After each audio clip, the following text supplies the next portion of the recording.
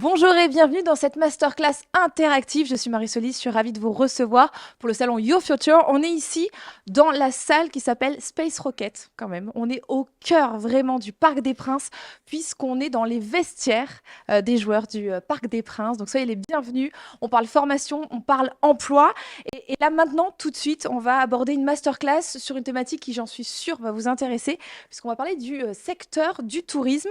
Un secteur et surtout un outil qui est hyper important dans la croissance économique, du développement des entreprises et de la création d'emplois. Pour pouvoir rentrer vraiment dans le détail de ce sujet, je ne serai pas toute seule. Vous l'avez vu, il y a du monde autour de moi, il y a des jeunes, il y a des étudiants, il y a des lycéens, donc c'est en ça que c'est aussi interactif. C'est que vous pouvez nous voir en direct, vous pouvez poser vos questions, et puis vous, autour de cette table, vous pouvez également poser votre question. On a une spécialiste avec nous aujourd'hui. Bonjour Catherine Léon Suberbiel. Vous Bonjour. êtes la directrice des programmes de l'École supérieure de tourisme. Ravie de vous recevoir, Catherine. Ravie d'être ici. Alors, Catherine, déjà pour qu'on rentre un peu dans le vif du sujet, qu'on comprenne bien votre secteur et votre école, est-ce que vous pouvez nous parler déjà de l'école, nous la présenter un petit peu? Alors, l'École supérieure de tourisme est une école post-bac qui Ah, est située à Troyes dans l'Aube et à Metz. Donc, c'est une école qui propose deux formations, une formation en 3 ans qui délivre un bachelor et une d'accord. formation master qui va permettre d'aller jusqu'aux années 4 et 5. Si on rentre un peu justement dans le détail de Oui, ces formations, donc bachelor et master, c'est oui, deux propositions. tout à fait. Comment ça se concrétise? Alors, au niveau du bachelor, on est sur un programme visé par le ministère de l'Enseignement supérieur et de la Recherche. Donc, il lui donne un grade de qualité, on va dire, et qui permet d'aborder deux spécialisations, sachant qu'une spécialisation, ça se concrétise vraiment sur des années master, mais D'accord. qu'on donne vraiment deux couleurs fortes à nos étudiants qui peuvent être soit dans l'art de faire venir un client sur un site, sur un événement, sur un produit touristique, ou l'art d'accueillir le client une fois que le client a été attrapé, si je puis dire. À pâter. Voilà. D'accord. Est-ce que vous pensez qu'il y a, dans cette école, il y a des valeurs particulières? Et si c'est le cas, quelles sont ces valeurs? Alors, on est une école à taille humaine et ça a pour conséquence qu'on a beaucoup de bienveillance, mais également beaucoup d'exigence. J'ai tendance à dire que notre école, c'est un peu la fabrique des talents du tourisme de demain.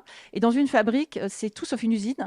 C'est-à-dire qu'on connaît nos étudiants, on les encadre, on les accompagne et notre objectif, c'est leur réussite. Vous avez dit combien d'étudiants, à peu près, là, sur les campus? Alors, sur l'ensemble de l'école, on a à peu près 150 étudiants D'accord. répartis sur les différentes années du programme. 150 étudiants Oui. sur les différents programmes. Euh, Comment on doit faire? Là, je pense à nos jeunes qui sont autour de la table. Je pense à nos jeunes qui nous regardent. Les gens qui sont peut-être aussi en reconversion. Je ne sais pas, peut-être que vous acceptez ça. Comment on fait pour rentrer dans votre école? Alors, pour rentrer en bachelor, c'est très simple. On va sur Parcoursup. Alors, quand on dit Ouais. Parcoursup, tout le monde dit «Oh, Ça fait peur. Parcoursup!» Ça fait peur. Donc, c'est un portail qui permet d'accéder aux formations de l'enseignement supérieur. Donc, on émet un vœu dans Parcoursup, qui est l'École supérieure de tourisme, par exemple. Et suite à ce vœu, à cette candidature, on est convoqué à une session de concours, puisque notre école recrute sur concours. Et les concours ont lieu au mois d'avril-mai. Une fois qu'on est admis, Parcoursup vous dit venez, vous êtes pris. Et le candidat doit se positionner par rapport à ce choix. Est-ce qu'il vient ou pas faire des études chez nous? Est-ce qu'il y a un profil type d'étudiant? Alors, on n'a pas, c'est une question qui nous est souvent posée. Il n'y a Oui, pas. Alors, les bacs maintenant ont beaucoup changé. Il n'y a plus de séries, il y a des spé, mais il n'y a pas de spé qui soit hors sujet ou de spé qui soit extrêmement fléché. Quand on veut s'intéresser au tourisme, il faut aimer les langues, il faut aimer les gens, il faut avoir une certaine culture générale. Alors, la culture générale, ça peut être dans différents domaines. bien Donc, on peut sûr. avoir fait aussi bien des maths que de l'histoire géo ou de la littérature ou des langues. Donc c'est quand même ouvert. Le tourisme C'est est une très branche qui est généraliste, ouverte. oui. C'est très ouvert et notre formation est assez généraliste, puisqu'en 3 ans, on ne veut pas les spécialiser dans un métier, mais vraiment les ouvrir à tous les Tous les métiers de ce métiers. secteur. Mais justement, vous allez pouvoir nous en parler. On parlera des métiers, mais déjà les grandes familles, parce que le tourisme, la notion de tourisme, c'est une notion assez globale. Hmm. Qu'est-ce que ça englobe? Quelles sont les grandes familles de métiers? Alors, quand on pense tourisme, la plupart du temps, je suis sûre que si on faisait un sondage là dans la salle, on nous dirait c'est les vacances, Ouais, ouais, c'est le voyage, bon, c'est c'est vrai. juste, Ouais, c'est pas mal. c'est les hôtels. Voilà, en fait, il y a 6 grands secteurs D'accord. dans l'industrie touristique. Il y a effectivement tout ce qui est hébergement et restauration. Et quand on dit hébergement, il y a les hôtels, mais il y a aussi les campings, tout C'est type ça. d'hébergement.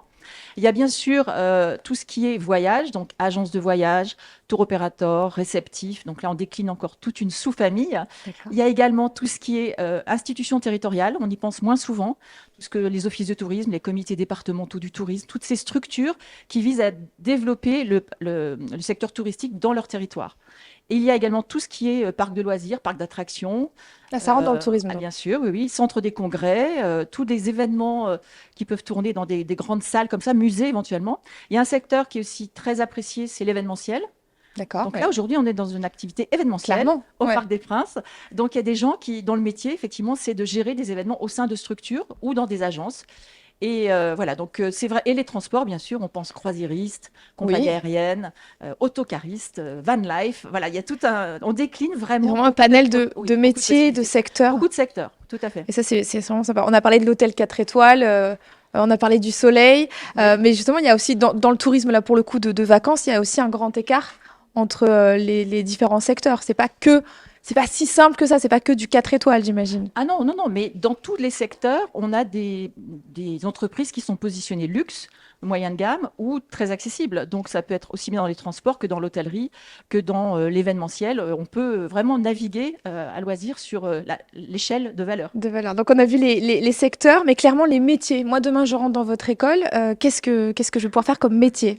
Alors beaucoup de choses. Et c'est ça qui est un peu confus parce qu'en Oui. fait, les formations, notre école est une école de management dans le secteur du tourisme. D'accord. C'est-à-dire qu'on va former à des métiers spécifiques du tourisme, mais aussi à des métiers qui pourraient être faits à la limite dans une école de management pure appliquée au tourisme.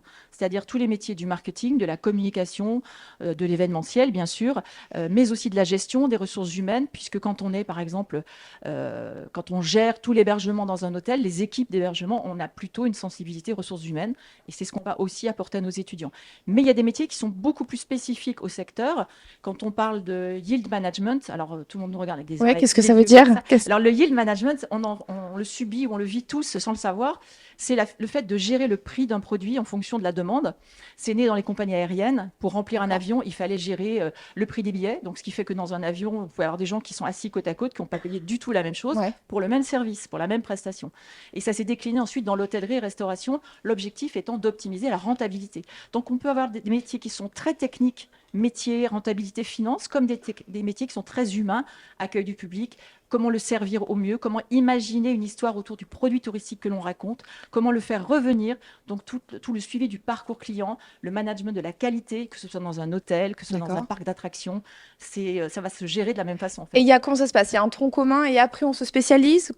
Alors en fait, sur les 3 années, on va aborder tous ces secteurs. D'accord. Nos étudiants ne vont pas être spécialisés dans un secteur. Même en 3e année, les 2 spécialisations qu'ils vont choisir vont leur ouvrir la possibilité de travailler aussi bien dans l'hôtellerie que dans les parcs de loisirs, par exemple. D'accord. Par contre, ils vont petit à petit donner une couleur à leur parcours à travers leurs stages et leurs expériences personnelles. Donc, ils peuvent choisir, s'ils ont déjà une idée très claire en entrant dans l'école, ils veulent absolument travailler dans l'hôtellerie, de faire tous leurs stages, puisque au-delà des cours, il y a bien sûr de fortes périodes de professionnalisation, D'accord.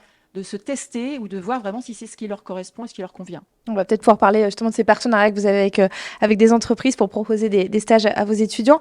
Là, moi, je pense à l'actualité. On vient de traverser 2 ans de crise où le tourisme a été quasiment à l'arrêt total, même genre presque. Tout à fait. Pas tout à fait. Bon, on voyageait de fait beaucoup moins. Alors, pendant 2 mois, pas du tout. Ça a été compliqué. Est-ce que là, ça repart? Qu'est-ce qui se passe là actuellement? Alors, c'est parti très vite. Le D'accord. secteur du tourisme, effectivement, c'est un secteur qui a pu faire peur dans les années 2020-2021 en se disant je ne vais pas m'engager là-dedans, c'est trop dangereux, il y a trop d'aléas. Ouais. C'est un secteur qui a toujours traversé des crises politiques, des crises sanitaires, des crises économiques, mais c'est un secteur qui est très résilient. D'accord. Et aujourd'hui, j'ai discuté la semaine dernière avec le patron d'un parc de loisirs de la région de l'Aube qui s'appelle Nigloland. Ce n'est pas Ouais, très Disney, bien. mais c'est quand même très connu. C'est à peu près 800 000 visiteurs. C'est quand même énorme. Et il a fait plus 20% par rapport à 2019, avant crise. Ouais. Donc c'est reparti très vite. Oui, parce que les gens ont tellement été privés que. Il y a ça. Et puis, le tourisme a su muter. C'est un secteur qui est très résilient. En fait, on n'a pas pu voyager loin, de façon très lointaine pendant quelques mois, voire une année ou deux. Donc, il y a eu un tourisme de proximité qui s'est redéveloppé. Donc, c'est reparti plus vite dans certains secteurs que d'autres. Mais en tout état de cause, l'activité globale est au niveau de 2019. Ce que vous voulez dire, c'est que ça a permis un tourisme différent aussi. Oui, C'est vrai qu'on tourisme- n'allait pas voyager à côté de Non. chez soi, on n'allait pas découvrir la France, par exemple, et c'est Un c'est tourisme très bien. plus vert, un tourisme plus respectueux, un tourisme plus proche. Ça me permet de rebondir parce que vous parliez des enjeux. Il y a de nombreux enjeux dans votre domaine d'activité, mais l'écologie, Bien sûr. et l'environnement. Comment vous faites pour vous adapter à Alors, on sensibilise bien sûr dans la formation, nos étudiants abordent nécessairement cette dimension. Alors déjà, quand ils arrivent à l'école, en intégration, on leur fait travailler la fresque du climat, qui leur fait prendre conscience des enjeux. Alors ils en ont tous conscience, mais vraiment, le retour des étudiants, c'est nous dire, ouais, c'était super parce que ça met des images, des mots, des chiffres sur des faits. Et ensuite, pendant toute la durée du cursus, ils ont des cours sur le développement touristique durable, sur l'éthique et le business éthique, hein, donc tout ce qui est responsabilité sociale, sociétale. Ça fait partie du secteur. Aujourd'hui, on ne peut pas imaginer une activité touristique sans prendre en compte cette dimension-là. Donc, il est nécessaire que nos étudiants soient formés à ça. Sensibiliser, Voilà, bien sûr, formés bien à sûr. ça. Il y a un autre impact, si on disait on voyageait différemment avec la crise qu'on a connue. Il y a aussi le digital là, qui vient de se développer. Oui. Est-ce que ça a un impact sur le tourisme? Nécessairement. Alors, cet impact, on va dire que c'est même plus une nouveauté.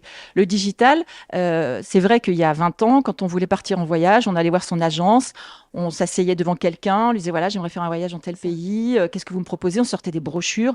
Aujourd'hui, le touriste, le voyageur, il a le moyen de composer son voyage tout seul depuis son fauteuil. Ça ne peut pas pour autant dire que les agences n'existent plus. C'est-à-dire ça tue pas pour autant. Non, mais les agences ont dû muter. Alors parfois elles sont sur deux segments, hein, c'est omnicanal. Parfois elles se sont spécialisées. Mais néanmoins, il y a eu toutes ces plateformes qui sont les Online Travel Agency, les OTA, qui ont explosé. On est tous capables de déjà chercher un maximum de renseignements sur les prix, sur les destinations, sur les activités. Ça n'empêche que certains vont quand même en agence, parce qu'il y a un confort de passer par une agence. Et il y a des agences nouvelles qui ont émergé et qui proposent d'être directement en lien avec le réceptif, c'est-à-dire avec la personne qui va produire le voyage. Si vous partez au Costa Rica, ce n'est pas l'agence de Paris qui va concevoir totalement le produit. Elle va le sous-traiter à un réceptif local. Et aujourd'hui, il y a des plateformes qui vous mettent en direct avec ce réceptif pour vraiment personnaliser votre parcours et votre séjour. Donc, au lieu de freiner le tourisme, ça peut même ouvrir des opportunités aux Complètement, étudiants, là, pour complètement. Mais digital et écologie, responsabilité sociale, c'est un must et c'est vraiment au cœur de la formation. Et est-ce que le tourisme a un impact sur l'économie française, selon vous? Alors, c'est plus qu'un impact, parce que quand le touriste tousse, il y a beaucoup de gens qui toussent, ou qui s'enrhument, comme on dit. En fait, le tourisme en France, c'est 7,5% du PIB. D'accord, donc c'est énorme. C'est énorme. Il y a les emplois directs et puis tous les emplois induits par les activités touristiques. C'est l'enjeu d'ailleurs de toutes les institutions territoriales de faire venir des touristes dans une région, parce qu'on sait que c'est un apporteur de chiffre d'affaires pour les commerçants, pour les institutions et les acteurs du tourisme, mais aussi au sens bien plus large. Mais ce qui est bien, c'est que vous nous dites que là, ça repart, donc on est content pour notre économie. Oui, la France reste un pays qui attire beaucoup. Qui attire quand même. Alors, effectivement, certaines populations voyagent moins, comme les Chinois, comme les Russes, mais il y a d'autres mouvements. D'autres mouvements. Si on revient vraiment au cœur de l'école, hein, pour vraiment comprendre comment ça se passe chez vous, quelles sont les matières qu'on va retrouver au sein de l'établissement? Des matières phares. Je ne vais pas toutes vous les donner, mais il y en a énormément. Il y en a beaucoup. C'est-à-dire qu'en première et deuxième année, on va aborder tout ce qui est fondamental de l'industrie du tourisme, du secteur, de ses acteurs, de son économie. On est vraiment sur le secteur pur. Et puis, on va aborder tous les fondamentaux du management avec le marketing, la communication digitale, tout ce qui est la commercialisation, la conception d'un produit touristique, le droit également, parce qu'il y a aussi des notions à avoir très importantes. Donc, c'est vraiment une formation très généraliste. Et au niveau de la pédagogie, comment ça fonctionne? Est-ce qu'on est sur quelque chose de concret? Est-ce qu'il y a des projets ou est-ce qu'on est sur beaucoup de théorique? Alors, c'est un mix, je dirais. Il y a quelques notions qu'il faut apprendre de façon descendante, hein, donc ça va être un cours magistral, mais c'est très rare.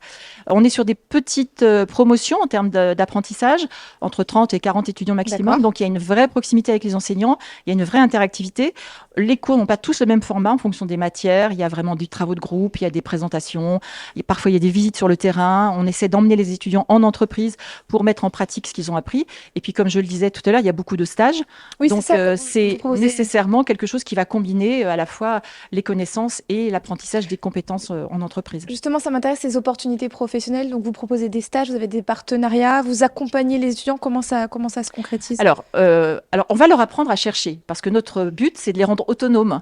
Donc, on leur donnerait une liste de stages, ils cocheraient un nom, ça ne serait pas forcément ce qu'ils veulent faire. Il faut qu'ils soient proactifs. Il faut qu'ils soient proactifs. Donc, on a des outils, on a en parallèle du cursus académique, on a un parcours de l'étudiant pour sa professionnalisation avec des ateliers où on va travailler à la fois les outils de candidature, mais aussi comment mettre en valeur ses compétences, comment se comporter dans un entretien, comment faire un entretien vidéo, enfin, toutes les techniques de recrutement, parce que ça sera demain leur quotidien quand ils chercheront un travail, mais c'est surtout, déjà pour trouver un stage, c'est comme chercher un boulot, c'est exactement pareil. Donc ça, c'est vraiment très important pour nous de ne pas les laisser seuls, mais en même temps, c'est eux qui doivent être à l'initiative parce que on va pas leur imposer un sujet de stage. Il faut vraiment que ça corresponde à leur envie et leur projet.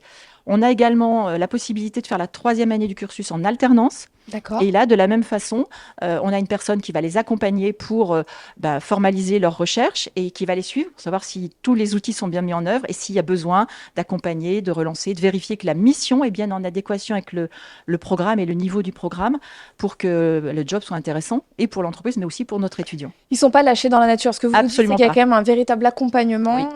parce qu'on est sur des métiers passion. Donc, Oui, comme tout vous à disiez, fait. c'est important aussi Tout à fait. de pouvoir laisser libre cours à sa passion. Et justement, on parle de passion, mais moi, je pense que l'objectif premier quand on a envie de se lancer dans ce genre d'études, c'est justement l'envie de voyage, de découverte. Est-ce qu'il y a des opportunités en ce sens dans des universités partenaires à l'étranger, par exemple? Faites-nous rêver, dites-nous tout. Alors, je suis très embêtée de vous dire que c'est obligatoire.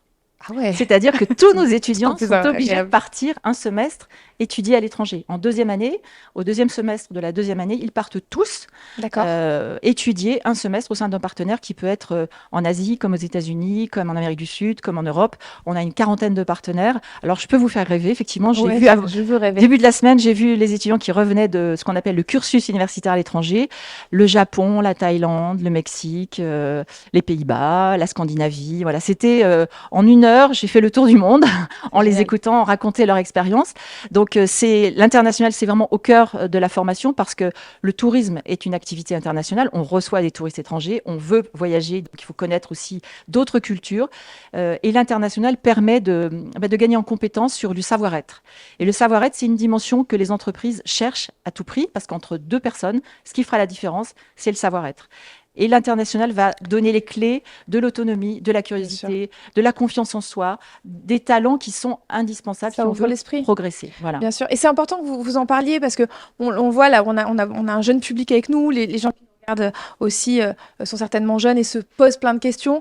On est un peu formaté quand on est à l'école. On nous dit il faut connaître, il faut connaître, il faut connaître. Et on apprend beaucoup, on emmagasine beaucoup d'informations.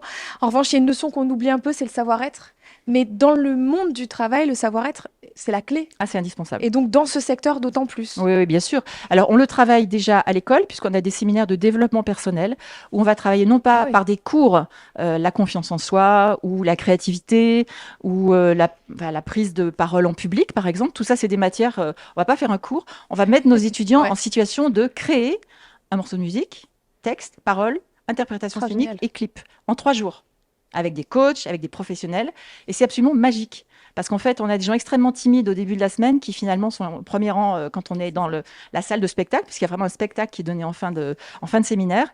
Et ça crée des liens entre eux et une fierté d'avoir accompli ça, parce que ça paraissait impossible au départ. Bah oui, j'imagine. Alors là, j'ai envie de m'adresser un peu aux jeunes qui sont là avec nous. On parle quand même de tourisme, on parle de voyage.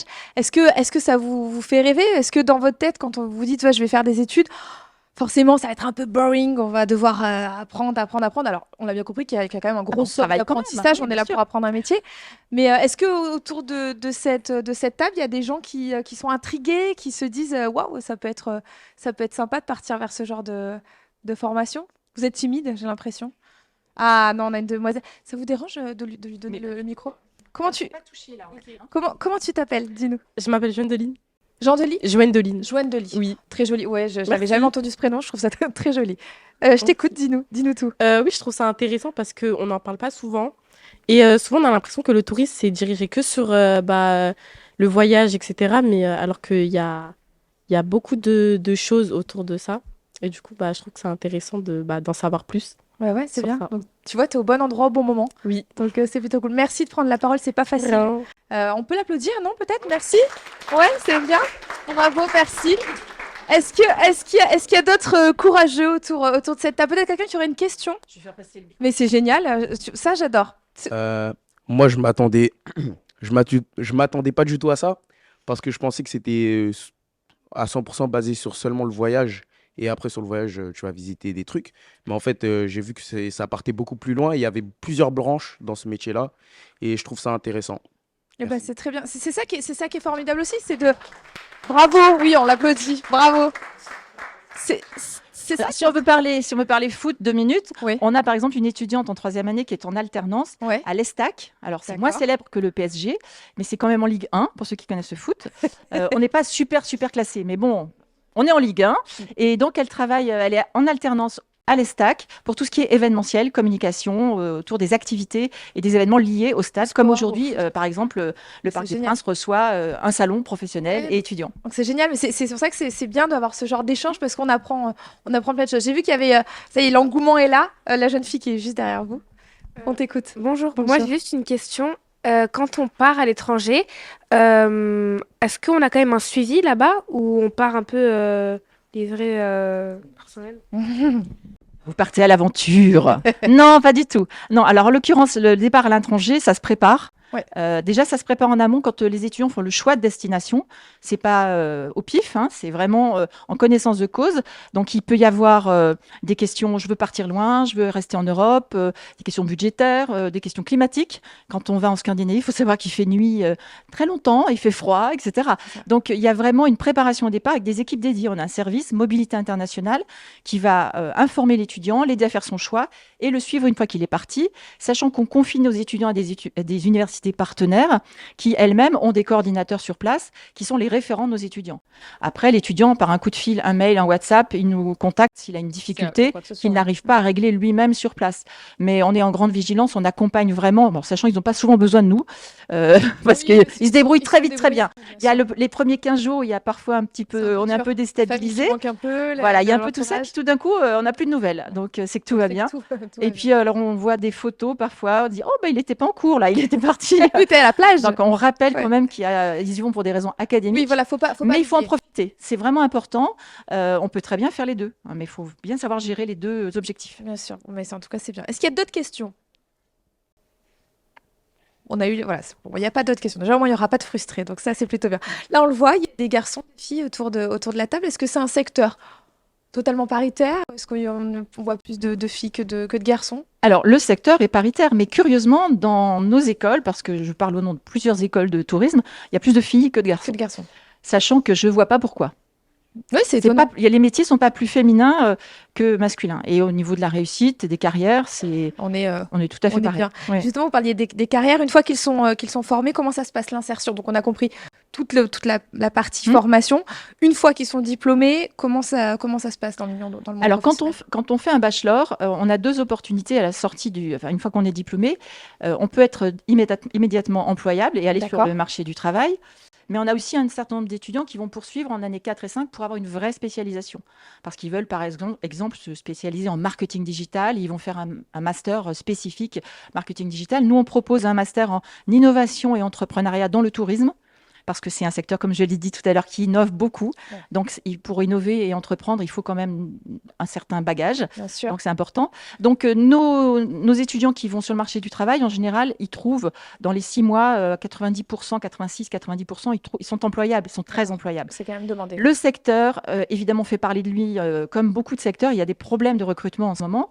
Et alors, il n'y a pas uniquement des problèmes dans la restauration, le service en salle. On entend puisque parler, voilà, de On ne beaucoup fait de pas un restauration. bachelor en tourisme pour faire du service en Bien salle. sûr. On peut faire ça comme petit job à Oui, côté, oui. mais voilà, ou Pour, pour ensuite prendre pour de la l'expérience, par direction, exemple. voilà, comme expérience. Mais il y a une vraie pénurie, entre guillemets, de talents dans tous les secteurs et particulièrement dans le tourisme. Donc, je dirais que c'est plutôt les étudiants et les diplômés qui ont la main pour choisir C'est ça qu'il leur faut. carrière. Et d'ailleurs, ils n'hésitent pas à faire une première expérience et puis si ça leur plaît moins, ou arrêter et partir faire autre chose. Donc, ils se sentent pas prisonniers ou ils n'ont pas la trouille, entre guillemets, de prendre des risques Mais et c'est de ça changer d'entreprise ou voire d'aller sur un secteur un petit peu connexe. qui sera en lien. Oui. Parce que ça qu'il faut, c'est un secteur exigeant, c'est vrai, Oui, bien mais sûr. c'est un secteur qui offre d'énormes opportunités. Alors, ce que vous disiez tout à l'heure est très juste, c'est un secteur passion. C'est ça. C'est-à-dire qu'il faut aimer les gens, il faut aimer s'investir, il faut aimer apporter du service Et quand on dit apporter du service, c'est noble pour moi. Bien sûr. Il faut de l'empathie, il faut de l'écoute, il faut savoir analyser des comportements pour proposer le bon produit au bon moment. Mais il ne faut pas être tributaire, enfin, il ne faut pas être vraiment obsédé par la montre. J'ai fait mes 35 heures, j'arrête. Bah, c'est ça. C'est pas ça. Et dans tous les métiers, y compris l'événementiel qui fait rêver beaucoup de jeunes, encore une fois, je le disais tout à l'heure, c'est un métier qui est très exigeant parce que les événements, ils ont parfois lieu le soir, le week-end. C'est comme l'hôtellerie, quoi. On n'est pas sur un rythme classique. Mais quand on fait ce qu'on aime, c'est pas une contrainte. Mais justement, ce que j'allais vous dire, moi, ça me donne envie. En tout cas, je trouve que ça donne l'eau à la bouche. Mais c'est peut-être difficile de savoir si on est fait ou pas pour ce métier. Quels sont les conseils que vous avez envie de donner, peut-être pour conclure, aux gens qui nous regardent, aux étudiants qui se posent encore la question? Comment savoir si on peut être fait pour ça? Et quels conseils donneriez-vous pour pouvoir intégrer votre structure? Je dirais que dans ces cas-là, c'est bien de venir nous rencontrer. Parce que, en fait, discuter avec des étudiants qui sont dans l'école, discuter avec des profs, discuter avec des diplômés qui viennent aussi sûr. lors de moments de porte ouverte ou autre, c'est une façon de se dire, de se projeter en se disant, ah ben oui, ça me ressemble, ça, j'ai envie de le faire. On fait aussi des journées d'immersion, on peut venir passer une journée à l'école, on va en cours, on va manger avec les étudiants, on rencontre la vie de l'école quand elle est sans filtre, quoi. Vraiment, Donc c'est génial. On peut venir comme ça oui, et on voir. prend rendez-vous, il suffit d'aller Bien sur le sûr, site, j'imagine. prendre rendez-vous, Oui. parce qu'on veut accueillir très bien les gens. Bien sûr. Donc, on ne va pas gérer ça de façon totalement improviste. Mais non, c'est vraiment important d'aller au contact. Si on ne sait pas si on est fait pour quelque chose, il faut creuser. Ça vient qu'en posant des questions, en allant voir des gens qui sont dans ce métier-là, en lisant, en s'intéressant, et puis en venant rencontrer des écoles comme la nôtre qui travaillent dans ce secteur depuis 15 ans, puisque l'école de tourisme a été créée, même plus, en 2005. Donc, nos premiers diplômés, 2008-2009. Voilà, donc on commence à avoir aussi des diplômés qui cherchent des stagiaires, cherchent des collaborateurs. Donc, on crée un cercle vertueux dans ces cas-là. Et on est toujours désireux de mettre en proximité nos étudiants, mais aussi nos candidats avec le concret de ce Ouais, avec métier, la réalité. avec les entreprises. Donc une fois que ça y est, on est décidé, le process, il est assez simple, vous le disiez. C'est tout à fait simple. On va dans Parcoursup, on dit Ouais. un vœu, bonjour, on coche l'école. Ouais. Et ensuite, nous, on recevra début avril les candidatures. On invitera les candidats à venir passer une journée à l'école pour des épreuves qui ne doivent pas faire peur parce que c'est des épreuves qui demandent de parler surtout de soi. Donc, on a un entretien de motivation D'accord. plutôt bienveillant. Là encore, l'idée, c'est pas de piéger le candidat, mais de voir s'il a justement cette fibre pour qu'il y ait, nous, on veut que le candidat soit diplômé, donc il faut que la formation lui plaise. Et puis lui, il faut qu'il soit sûr de ce qu'il choisit. Donc, un entretien de motivation, un pitch de 3 minutes sur un sujet touristique pour nous convaincre, donc Super. pour voir un petit peu le savoir-être déjà, l'embryon de savoir-être, une épreuve d'anglais, et puis un petit test de connaissances QCM pour avoir une petite photographie On va voir un petit voilà, peu, de la culture générale visage au sens large. des connaissances. Voilà. Bon ben voilà, je pense qu'on a les clés. Est-ce que vous vouliez rajouter quelque chose qui vous paraît important, ou on a quand même fait le tour de pas mal de... Je pense qu'on a abordé beaucoup de Bien. choses. Je dis juste qu'il faut oser ce secteur qui est formidable et effectivement faire tomber les barrières. Le tourisme, ce n'est pas que le voyage ou l'hôtellerie qui est souvent un peu réducteur. Et ce sont des métiers qui peuvent être des métiers très techniques comme des métiers très humains. Donc en général, on a l'une ou l'autre de ces deux fibres. Donc je pense que ça peut satisfaire beaucoup, beaucoup de Il profils. faut y aller. Merci à vous, Catherine Léon-Subervielle. Bravo. Pas facile à dire, mais j'y suis arrivée. Merci vraiment pour toutes ces informations. Merci beaucoup. Merci à vous.